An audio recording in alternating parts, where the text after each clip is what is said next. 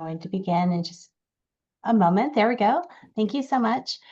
And thanks to everyone for joining us for this teaching and learning community information session. My name is Stephanie, or Steph as I like to go by, Foote, and I'm the Vice President for Teaching, Learning, and Evidence-Based Practices at the Gardner Institute. And one of the many things that I get to do in my position is to work closely with the teaching and learning community. And it's a labor of love. It's something that I absolutely adore doing, as I think you'll probably hear through the session. And I know we have a few folks with us, Bob and Lisa. You are welcome to unmute if you would like to, or be on or off camera. But I would welcome you to ask any questions or make comments as we go throughout the presentation. So you can do that again by unmuting if you'd like to, or putting your questions in the chat, and I'll be happy to answer those as they pop up. So without further ado, we'll go ahead and begin. I'm going to share with you some information about the teaching and learning community broadly, and then I'm going to talk about our summer course, The Humanity of Teaching, and then of course answer any questions that you have about any of the courses, about the community, or anything else related to the TLC, as we like to call it. So first, I think some of you in the room are familiar with the Gardner Institute and our mission, but for those who, I don't want to assume everybody is, and for those who might be watching the recording, you may have different levels of familiarity. So this is our mission statement, and you'll see that at the heart of our mission is teaching and learning. Those words are specifically listed within our mission statement. And of course, our teaching and learning community is focused on supporting teaching and learning.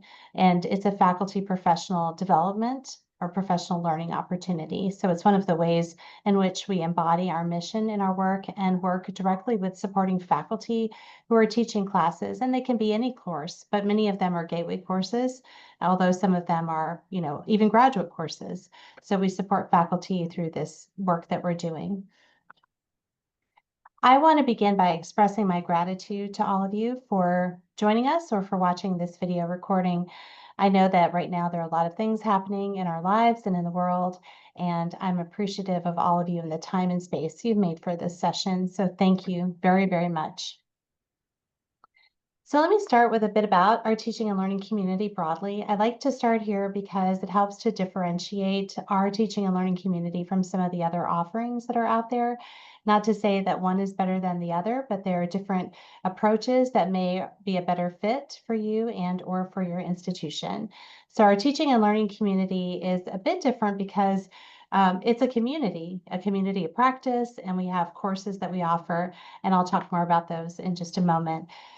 At the heart of our teaching and learning community are our fellows that help to facilitate this. And I'm joined on this screen by 4 of our key fellows. And we also have a wonderful graduate assistant who works closely with me, Victoria Fields, who's a doctoral student at the University of Illinois, Champaign-Urbana.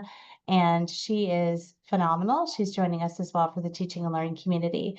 What I want to emphasize here that makes us a little bit different is that our fellows are faculty members, administrators that are working at institutions of higher education, and they help us to plan and facilitate all of our teaching and learning community offerings. Also, before joining the Gardner Institute staff, I was a full-time faculty member and faculty fellow for high impact practices at Kennesaw State University. So all of us come from a faculty and educational developer background. So I think that that's important and quite different from some of the others in this space. So our teaching and learning community has existed with different names since 2015, the 2015-16 academic year. And originally, it was part of a process that we have at the Gardner Institute that we used to call Gateways to Completion. Now it's the course redesign process, and it was offered in person as a workshop. So it was part of our process. And we developed this to support faculty by their request. So it was something that the faculty members wanted, because as they were going through this process and learning about the things that were happening in their gateway courses and some of the outcomes associated with these courses, they wanted some support. They wanted an opportunity to learn about teaching in ways that they hadn't maybe in their own graduate programs or had access to through professional learning and development at their institutions. So we developed this, and initially we focused on helping faculty to learn more about course pedagogies that focused on active learning, assessing student learning and outcomes. So it was a pretty basic offering. And now we do a lot more, and it's constantly changing. But at the heart of our teaching and learning community now are our courses that we offer in the fall, spring, and summer. And I'm going to talk most today about our summer course because that's what we're open for enrollment right now, although you could also sign up for the fall course that we'll be offering next fall, fall of 25, or our spring course that we'll offer in spring 26. So our teaching and learning community consists of a community of practice. So anyone who signs up for any of our course is invited to our community practice that will be meeting on about a 4 to 6 week basis during the academic year. So we'll start in September and we'll have meetings through May. So that's an opportunity to come together and have some conversation about things that are happening in your class. We have different topics that we'll be tackling, topics that have come from participants specifically. So in the past, we've talked about things like flexible grading and about humanizing our teaching approaches in our courses. We've talked about online teaching and learning. So we've tackled a lot of different topics. Our fall and spring and summer courses are also part of our teaching and learning communities. We have the community practice and then we have our course offerings. The courses in the fall and spring are shorter a little bit in terms of the hours. So those meet over a period of 4 weeks and they have 1 hour synchronous sessions each week. So we end up with just 4 hours of synchronous meetings, and then there's asynchronous content. The fall course is focused on gateway course design or redesign, and that's a course where we tackle gateway courses and thinking through aspects of our course that we can design or redesign to improve student success. In the spring, we have a topical course called Teaching for Impact, and in it, we look at teaching topics that are current in the moment. So this spring, we looked at equity in the classroom and talking about equity in the new reality in which we're living. And we have synchronous sessions like the fall, 1 hour a week, and then we have asynchronous content as well. And our signature course, which is our summer course, The Humanity of Teaching, the experience is a little bit more immersive in that over a 2 week period, we meet every other day for 2.5 hours. And those sessions include in-depth reflection. They include presentation on various topics. So the fellows and I present information, we have deep reflection, and then we have opportunities for collaboration. So discussion across different disciplines and within the disciplines. So we do a lot in 2.5 hours. And I'm going to talk more about the summer course in just a few moments. And I'll also give you the dates too, so you have a sense of when the course is happening. The next thing I wanted to share is a resource that we use in our work in the teaching and learning community and also in course redesign. And I know that this is too small to read, and that's not the intent here, but it's just to share with you this course redesign framework idea that we have. So one of the things that we know is challenging sometimes when we think about confronting our own courses and improving student success outcomes is where and how to begin. And even if we do know where and how to begin, sometimes we don't have the knowledge or the vocabulary to talk about what we're doing in our courses. And we know that that's important because faculty have to do that during the annual review process or as they go up for promotion and tenure. So in our teaching and learning community, we focus on course redesign that's small, incremental, and occurring over a period of time. So throughout the courses and throughout the community practice, we're focusing on small things that we can do that will incrementally make larger changes within our courses. So this framework, it provides sort of a guiding structure to think about course redesign from different perspectives. So we have different categories. We have pedagogical changes, curricular changes, course structure changes, and then integration of high impact practices and academic services. We have different definitions for those categories, and we have intervention examples, and then we have detailed examples. So that way faculty members can know better what this might look like in their own courses if they want to experiment with it. And then in the context of our courses and community practice, they can get support as they're identifying these different interventions and then implementing them within their own course design or redesign. Ultimately, throughout each of our courses, we want faculty to leave with a plan that they can implement for change immediately. So something they can do right away that might have an impact the next time they teach the course. And in some cases, they're teaching the course at the moment, but they begin to implement the changes right away, which is really exciting.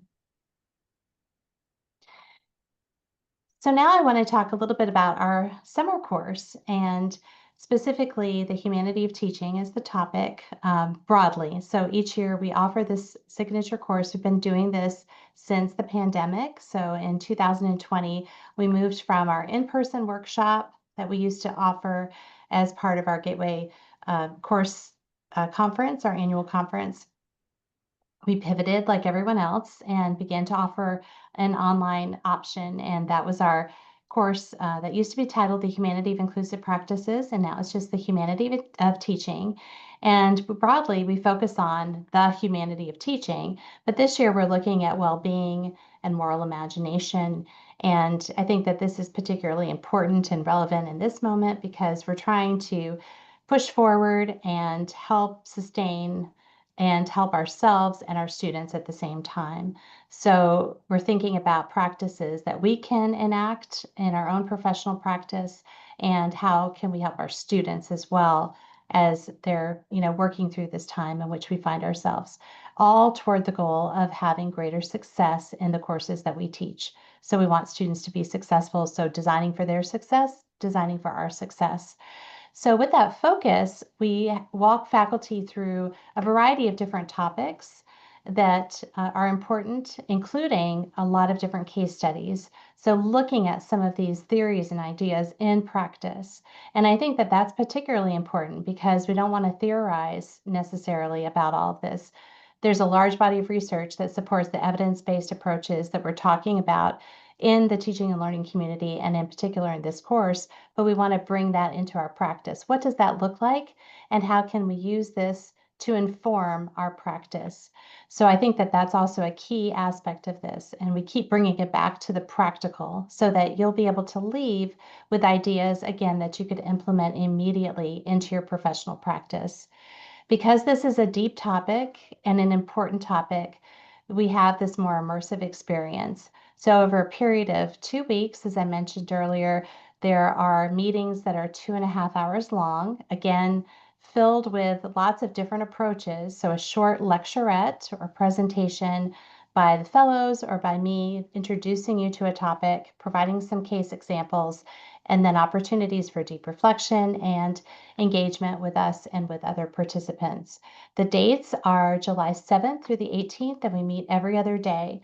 And I understand this is a significant time commitment, and you and others may not have that time to dedicate. So we record these sessions and make them available in Brightspace, our learning management system, all year long. So they're available to anyone who joins, who signs up for the class. They'll have access to those throughout the year. And you can keep coming back to them. So even if you are in all of the sessions, you can come back to the recordings and resources, and they're posted within 24 to 48 hours after the session ends. So that's the format for the course this summer and the focus. And again, you'll leave with a plan. You'll do a gallery walk presentation with a plan. You'll present your plan in a small group that you could implement immediately, or your colleagues could implement immediately to make some changes in their courses. So related to the topic, using some of the evidence-based practices and approaches that we talk about, and putting that into practice.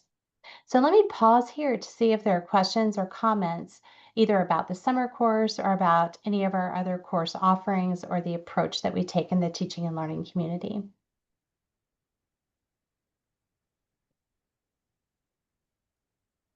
Stephanie, this is Bob. Hey, Bob. Hi. Yes. And I, just to come clean, I work in faculty development here at Thomas More University. I'm not Yes. a member, but we're already affiliated with Gardner, and we're trying to encourage faculty to join both Yes. the summer workshop and others.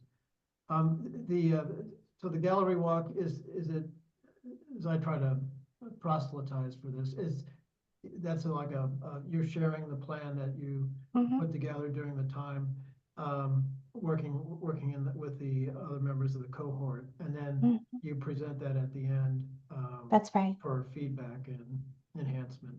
Is that That's right. Okay. Absolutely. And it's usually like 1 to 2 slides. So we're just asking the folks who are okay. participating to just generate, create 1 to 2 slides, PowerPoint, Google Slides, whatever your preference is, that would document that plan. And there are prompts that we'll give you. So questions and prompts that you'd respond to. So it's pretty structured.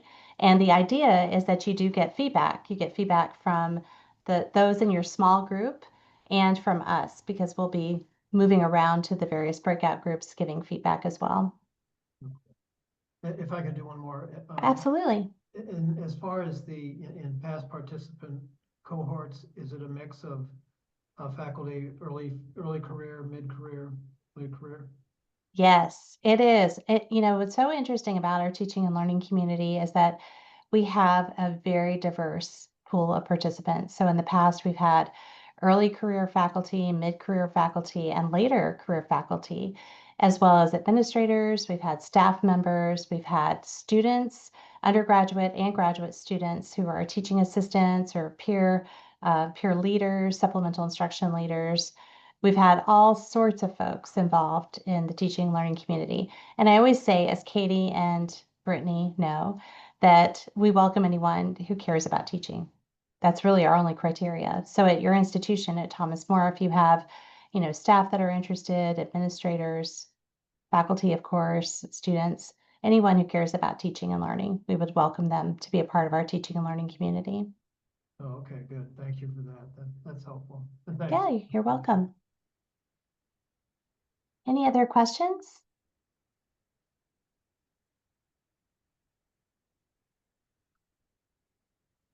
I have just a few more slides that I want to share with you all.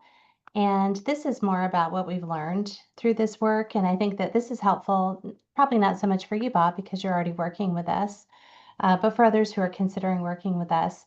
I have linked to, and again, you'll have a copy of the slides with the embedded links to some of the research that's come out of the work that we've done within the teaching and learning community and in our course redesign process. So the participants in course redesign, the faculty involved in course redesign over the years have been in our teaching and learning community. So there's that. We've got that group, and many of them have authored and co-authored articles and pieces that have appeared in different places, which I'll refer to in just a moment, our anthology series where we've captured a lot of those.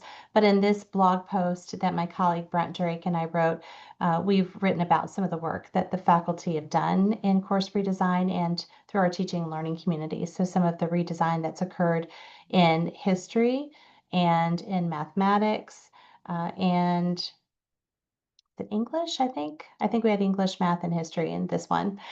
And in our anthology series, which we have 2 volumes published right now, we have another volume that's in the works right at the moment, but won't be out until next spring. But in these 2 volumes, we've collected case studies, again, that have been written by faculty largely, although some are authored by administrators talking about the work at the institutional level, but faculty who have gone through this together, some of them, and have redesigned courses, and others who have done this work alone and have redesigned their course. So these are faculty authored case studies that span the range of disciplines. So you can check these out. Again, the links are embedded in the presentation that we'll share. And then lastly, we have several articles that we've written about the work in the teaching and learning community, very specifically what's been done. So what faculty have done while they're with us, some of the challenges that they've encountered, and some of the outcomes. So we have 3 pieces here that we've linked to that are recent that the fellows and I have written that have appeared in a few different places that document the work and the outcomes. And I think that this is also important if you're considering working with us to see what faculty have done and some of the challenges they've encountered, and again, what some of the outcomes are. The case studies also include outcomes, some of the early outcomes of the work. So as faculty have implemented the changes, they've measured the outcomes initially and have reported on those in the case studies.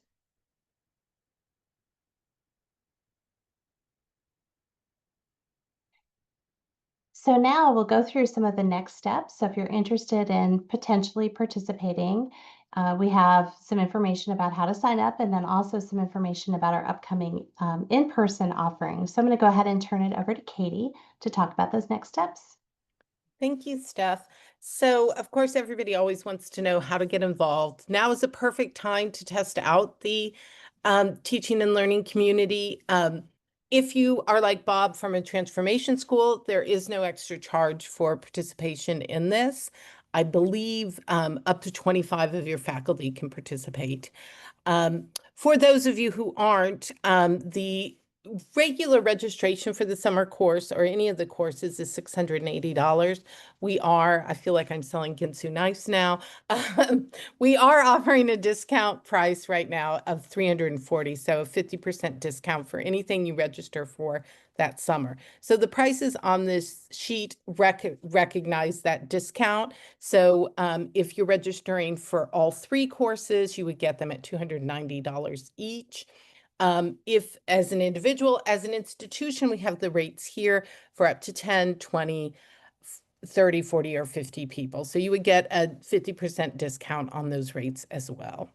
So there is no application. There's just a registration form. We'll make sure you have that link. I believe it's in here, but we'll send it in the email when we send this deck. So it's easy to just go online and register your team. Bob, if you have some people who you want to register, we'll give you a code to make it as easy as possible for either you to register them or them to go in and register individually. Thank you.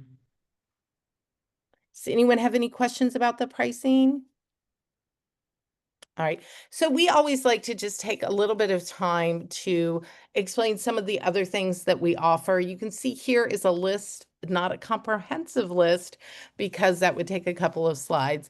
But we offer things on not just teaching and learning. As Stephanie talked about, we do a 3-year process in Gateway course redesign. We also do 3-year processes in first year and transfer redesign and retention. We have what we've been speaking about with Bob, the Transforming the Foundational Post-Secondary Experience, which is a 5-year experience for institutions who are looking to go really deep and really transform all aspects of the institution. And then we have a series of academies. I listed here the ones that are available this fall. So that's the Academy on the First College Year, Curricular Analytics Community, Teaching and Learning, and Building and Sustaining a Data-Informed Organization. All of those will start in the summer or the fall.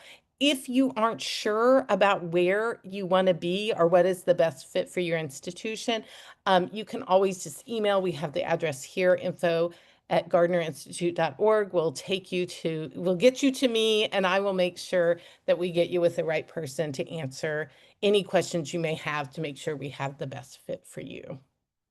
And Katie, if you don't mind, I'll just mention that I work with many things on the screen here, but specifically these first 3 academies. So if you have any questions about the Academy in the First College Year, Curricular Analytics Community, or Teaching and Learning Community, feel free to reach out directly to me or about the course redesign process. Stephanie is our go-to on all of those, so she has a wealth I'm of... just the Swiss Army knife, as one might say. So we also did want to mention that we have 3 upcoming in-person events. The one that is most aligned with the Teaching and Learning Academy is the Symposium on Transforming the Post-Secondary Experience. Yes, that just rattles off the tongue. But as part of that experience, on October 31st, there is a full-day Teaching and Learning Academy. Is that what we're calling it, Steph? I think it's just a teaching and learning community pre-symposium workshop. Okay. And so that's a full day to sort of in Chicago focus on teaching and learning with the amazing fellows and staff that she listed before and Victoria Field. And it's really a great way to sort of be with like-minded people and dig in and get some information and think about your courses. You can enroll for that separate from the symposium or in addition to the symposium. Before the symposium, we are also having a graduate student experience. And as Steph said earlier, this redesign of your courses, these things all fit, whether you're teaching at a graduate level or an undergraduate level. So if you are in a graduate faculty position, the graduate student experience might be an excellent conference for you. And then in January, we will be doing a 2-day workshop in Asheville. And as no surprise to everybody, Stephanie can also tell you about that.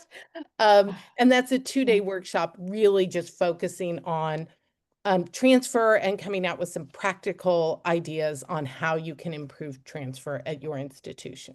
So we're excited about those 3 in-person opportunities. Like I said, the first 2 in Chicago and the last one is in Asheville, North Carolina, which is Western North Carolina, where our offices are located.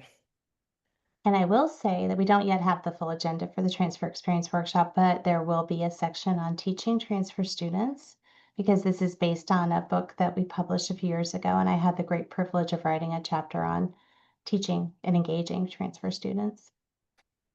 So I know that that will be part of it. Thank you so much, Katie. Welcome. Are there any other questions? And we don't have to leave the screen on. We can stop the share so we can see everybody. Questions or comments?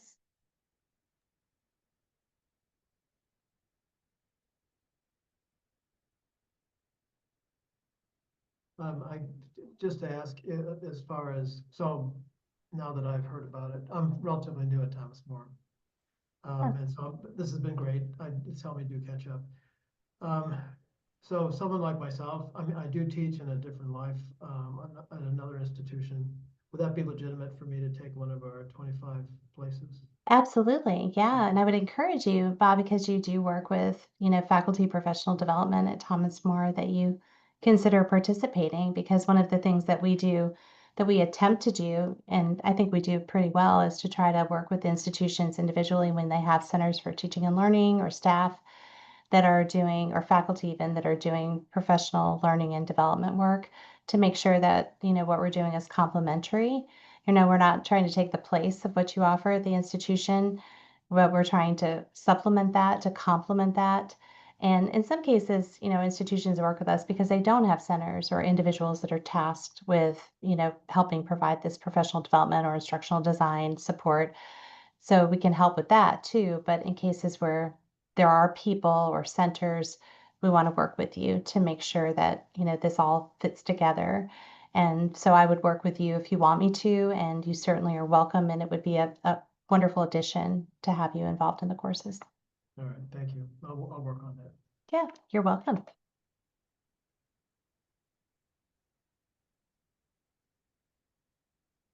Anything else? And we can stop the recording and then just hang out for a few moments if you'd like to stick around and ask a question or